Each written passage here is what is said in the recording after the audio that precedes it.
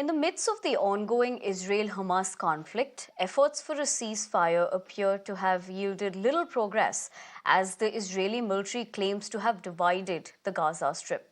Meanwhile, US military has announced sending nuclear submarine to the Middle East stretches from northeast Africa across the Middle East to Central and South Asia. US Secretary of State Antony Blinken, who's on his third visit to the Middle East, arrived in Turkey after an unannounced stop in Iran. Turkey's president has been highly critical of Israel's actions in Gaza, suspending communications with Israeli Prime Minister Benjamin Netanyahu and recalling the ambassador. Now, on the ground, the Israeli army reported significant strikes, further escalating the violence. The Israeli government faced criticism when Minister Amichai suggested the use of nuclear weapons in Gaza, leading to his suspension by Prime Minister Netanyahu. Now, amid the turmoil, medical supplies were airdropped into Gaza by the Jordan Air Force, bypassing Israel's aid embargo.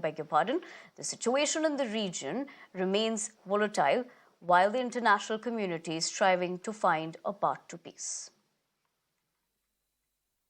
We're working very hard to make sure that the conflict in Gaza does not escalate, does not spread to other places, whether it's here, whether it's elsewhere in the region.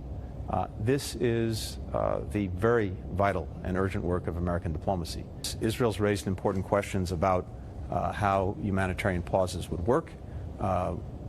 We've got to answer those questions. We're working on exactly that. In fact, we agreed that our teams would get together, and they're doing just that, including today, to work through the specifics, the practicalities of these pauses. Joined by a resident of kibbutz, but on that particular day, he was not there in southern side of Israel. He was in north side. But he was quite worried about his family members. He was worried about his friends. And it was a really nightmarish moment for him because he had been frantically trying to get in touch with them. He had been trying to call them, trying to what exactly had happened because he was watching everything on television that things are not well. Let me speak to him. How worried you were on that particular day? First of all, good morning. I live in a kibbutz, kibbutz named Neot Mordechai, close to the border with Lebanon, only 6 kilometers.